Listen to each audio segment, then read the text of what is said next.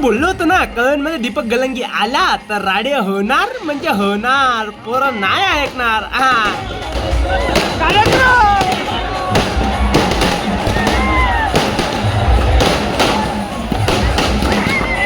बघा रे आपल्या कळण मध्ये ना एक साथ दोन दोन गणपती उठताय, मग मजा नादच खुळा होती.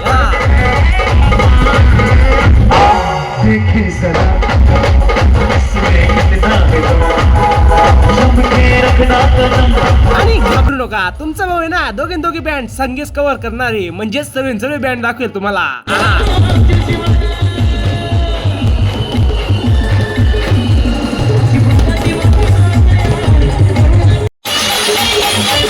आणि इकडे आलोय ना आपला दीपक भाऊ चाललाय बाजू राहिला होताय.